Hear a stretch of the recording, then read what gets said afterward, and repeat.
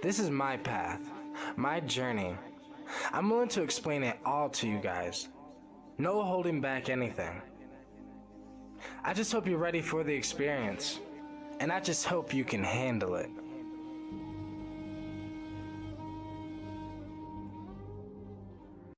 What's going on, guys? So, in this video, what I want to talk about is, I want to talk about plants because, I'm just gonna get right into it.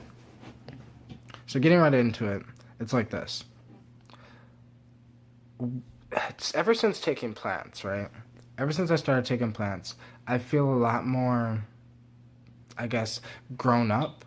As weird as that sounds. I mean, yes, time has passed, so yes, I have grown up. But, I don't know. I think that plants help you grow up faster. I think that, I guess in reality, molecules in general, drugs in general, I guess you could say, it's like, I feel like these things unlock certain parts of your mind that, if not done, it will take a long time to unlock those parts of your mind, right? And some of those parts of your mind might never ever get unlocked unless you take the substance that unlocks it. I think the receptors in our brains are there for a reason. Yes, we naturally make, natural things, like endorphins is basically natural morphine. Like literally, like dopamine is basically like natural cocaine or natural meth, or well, when you mix dopamine, norepinephrine, and epinephrine, which we contain all this shit. It's not that we don't have this in our body. And like Dennis McKenna was talking about how they finally proved that DMT is released in the pineal gland, like it's in the pineal gland. They finally proved it. So since they finally proved that, it's like, so it's guaranteed, so we have DMT now. And I said that in a previous video. My first theory series that I was talking about is DMT produced by the human brain. And, my theory was, yeah, of course, they just needed to do the test. And now that they did the test, we finally have the proof. But it's like, I feel like these substances, people don't realize that we are these substances. This is what we are. And whether you like it or not, every time you eat a banana, like when you eat a banana, there's like tyramine and tyrosine, and there's so many other molecules inside a banana other than just the ones that make you feel full. People say take your vitamins, take your minerals, take your this and that, but it's like, okay, even some vitamins have effects. It's like minerals have effects. There's so many people that will say like, I don't know, if you have body aches or something, take some magnesium. This is what people say. They say take magnesium because it helps relax the muscles, or it just helps relax the, things, and takes away some of the pain. And it's like, why does it do that? Obviously, it has a physiological effect. It has an effect on the body and mind. The same thing with ormus, right? Ormus is considered a mineral, basically, because it's just monoatomic gold. It can be monoatomic platinum as well, because I have a mixture of monoatomic gold and platinum. But like ormus is like, I don't know, mineral for your spiritual body, for your pineal gland, for I don't know, for different things. It's what I'm trying to say is that I think that all of these substances, no matter what it is, because ormus is in sea salt, right? Sea salt contains ormus. So even if you're just putting sea salt in your food, if you're eating sea salt every day, then in reality you're getting a microdose of ormus every day. So I think that these things are vital for our survival. I think that we need these things just like you need vitamins, minerals, and things like that to survive. I think your brain needs certain molecules and certain things in order to wake up, in order to grow up. I think it's like with the age thing, you grow up a certain amount, right? When you're, people say when you're 18, you're grown. I say, bullshit. I say, when you're 18, that's when you stop growing naturally. that's when you have to stop. That's when you have to start taking responsibility for the person you are and for what you know and everything else. And that's when you say, okay, my past happened. I have to let it go and get over it, um, and move on, so I can build a future, so I can live for today, so I can enjoy my today. So many people are so worried about yesterday that they can't even enjoy today, and I think that at 18 years old, I think that you're supposed to start taking substances. I think you're supposed to start taking plants and herbs. In a lot of native tribes, it was a lot younger than 18. I think it was like 13 or 14 when some of these people would give their children ayahuasca, or some of these people would give their children rampe, and not just the normal tobacco rampe, like the I guess you can call it the drug rampes, because there's so many different type of rampes, and a lot of these rampes are I don't know. There's some shamans that literally, from like 14 years old, had to do rampe every single day, and that's how they learned, and that's how they grew. And I do think that these substances can help you grow up faster. And like, it's not that they help you grow up. It's not that you can't grow up on your own. It's that they help you do it a lot faster and a lot more efficient, in my opinion. It's like, I don't know. I think that they just help you look at yourself from a different point of view. It's like a completely, I don't know, then you can analyze yourself. Then you can see what you like and what you don't like. And, like, so many people say they want to change, but yet say, yo, it's hard to change. Yo, it's hard to change. Of course it's hard to change. Because, look at the Mother Earth, the plants, the planet, as, the mother, right? And we're the child, right? So it's like, of course it's hard to change and hard to learn and hard to grow up without your mother, without a parent, without somebody there for you. And I think these plants are literally supposed to be there for us. I think they're literally there for us, for our emotional state of mind and for our physical being. Because, we're like, a child that is literally raising itself. Yes, that child, I mean, humans did it before, right? So it's like, yeah, there's been stories where you can put a child, there's been babies left in the Amazon rainforest, and you find them, 5, 10 years later, and they're still alive, but they're acting like animals, and they can't, really communicate or understand things or whatever. And that's what I feel like is happening. We are lost. We're lost in the jungle. We are babies lost in the jungle.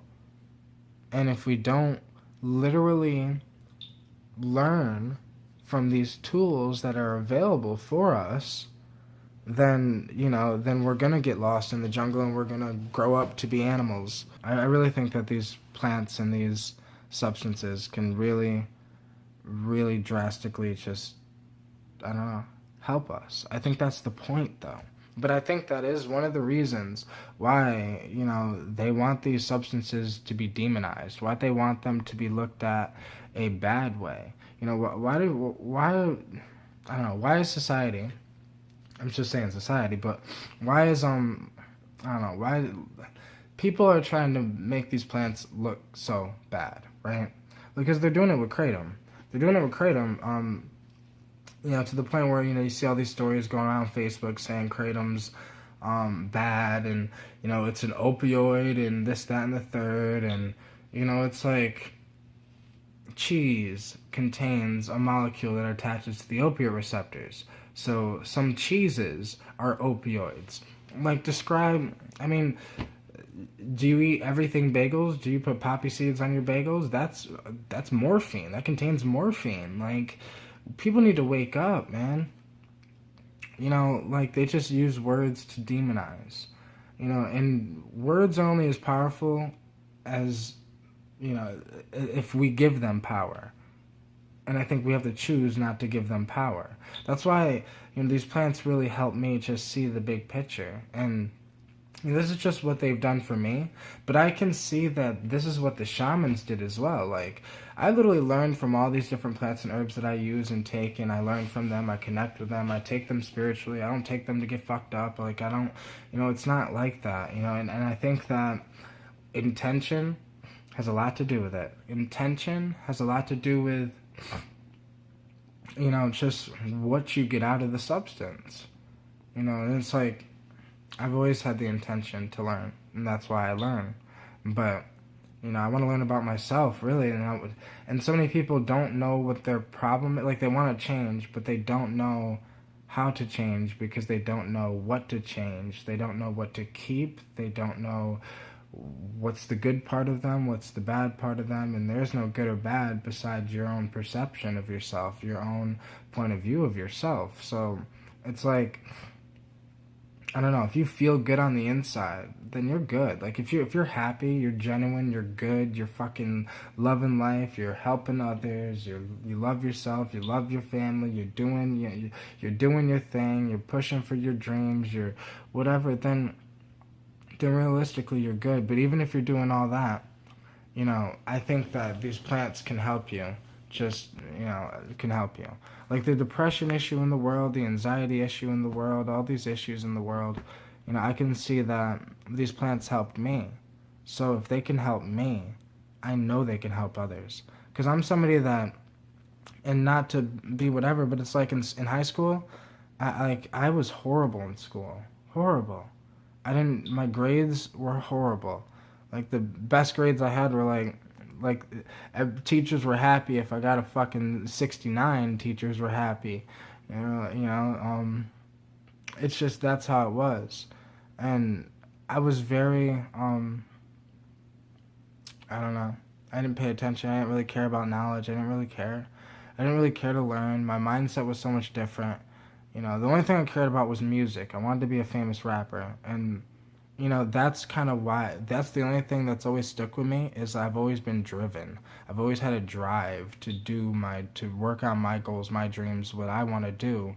But, and I don't think that'll ever die out of me. That'll die when I die, but that'll never leave me. I'll always want to continually chase, I don't know, the journey. I love the journey,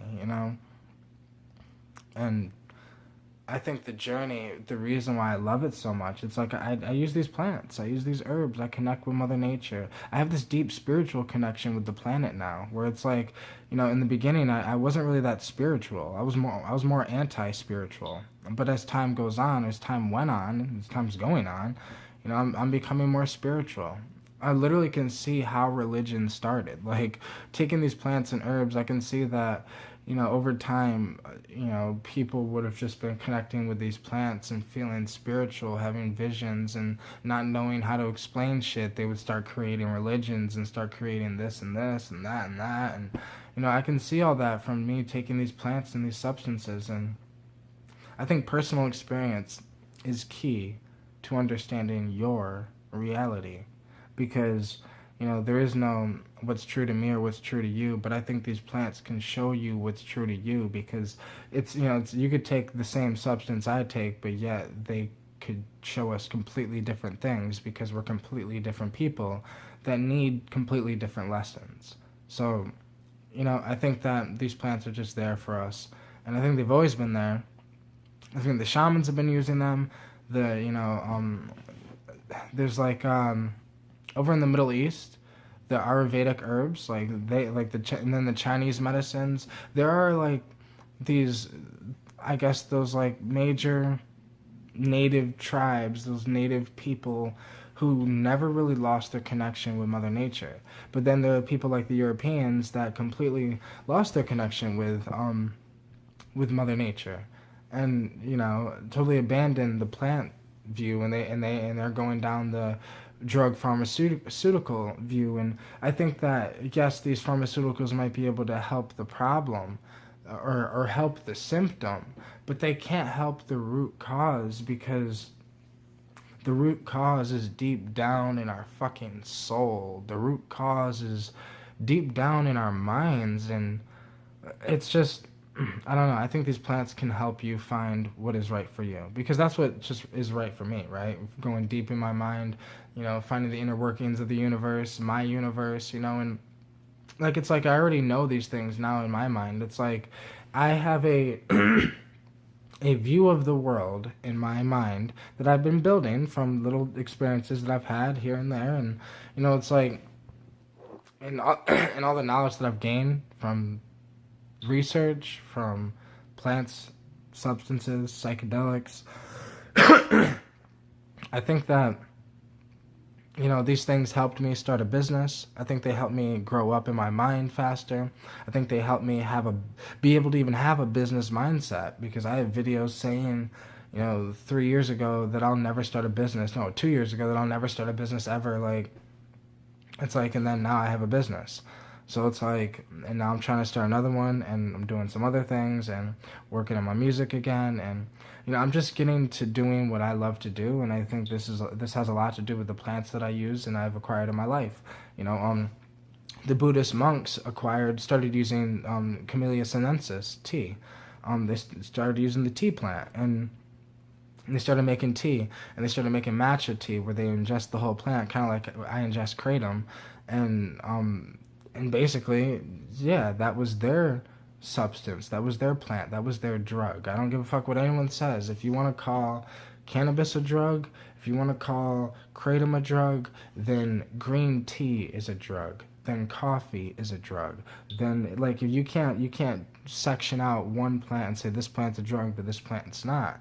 I don't give a fuck what you call these substances, because in my mind they're not a drug. But other people classify them as drugs, but that's because your definition of drug is different than my definition of drug. So that's what I mean by personal experience. It's like, I think these plants will show you for you. They're not going to give you the same answer. Maybe that they gave me. It doesn't work that way. But I think they are just helpers along the way of life. People talk about you're not born with a manual in life. You are, though. You really are. You're not.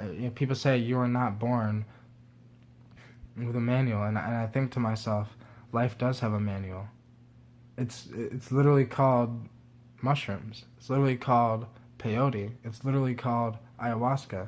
It's literally called blue lotus. It's literally called cannabis. It's literally called kratom. It's literally called, like, I can go on for ages, but these are the manuals to life. They can teach us things. They're there when we need them. If we're in serious whatever, they're there when we need them. They're there when we need them emotionally. They're there when we need to work harder. They're there when we need to, I don't know, like I said, the Buddhist monks started using tea. And they started using tea because it helped them stay alert and awake, but yet calm and relaxed. I don't care what anyone says, that's a high. Staying alert, because when you meditate for, 4, 5, 6 hours a day, you could fall asleep. So if you're on tea, you're still calm, but yet you're not going to fall asleep. And I feel like that's that's similar to what people use drugs. That's kind of how people use drugs to, I don't know. I just think that that's what we're supposed to do. There's nothing wrong with that, is what I mean. But the issue is that doing that with a plant is much different than doing that with, with like, I don't know, fucking drugs. Because when you're actually taking pills, or, a molecule that was artificially created from a natural molecule that's a little different than the natural molecule, and it's like, it's lacking a soul.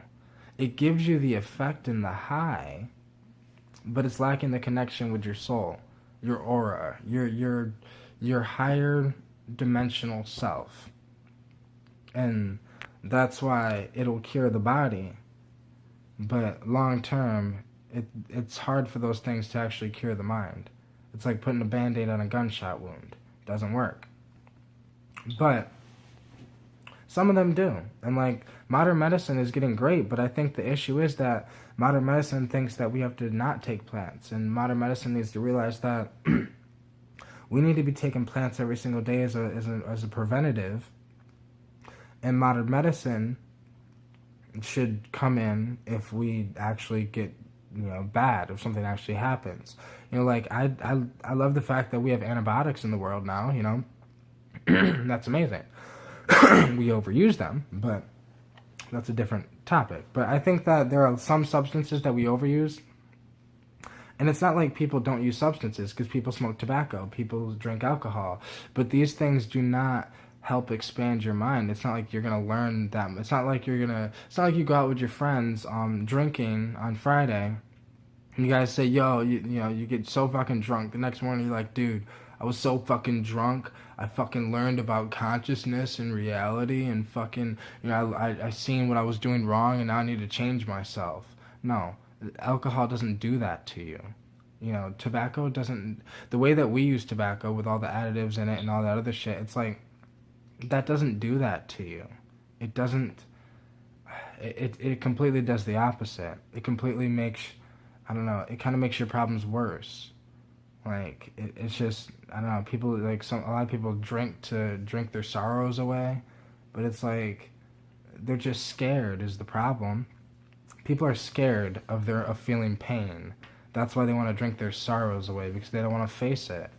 Well, I love to take substances that make me face it, because with alcohol, you're on your own. There's no being or consciousness there with you to help you through it. But with the substances that I seem to use, majority of them, it's like there's beings inside. There's other consciousnesses inside of these experiences. These experiences themselves, the plants themselves, are conscious in a much deeper way than we understand. And I think that, they kind of help us through it. It's not like you're going to face your problems alone. Yet you will be alone, but yet you're never alone.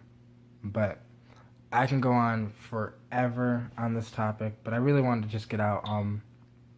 Plants, have helped me grow up, and I was watching the shaman talk about it, and his experience was a bad experience, because he was using certain type of rampes, and like 3-4 times a day, and every day, and things like that. I think that we need to balance it out. But I think that there are mild substances, just like the Chinese found and the Japanese found, and the Japanese started doing matcha, and it's like the way that they use substances, they're not using it to get fucked up. It's the same thing with the Native Americans. They're not using substances to get fucked up.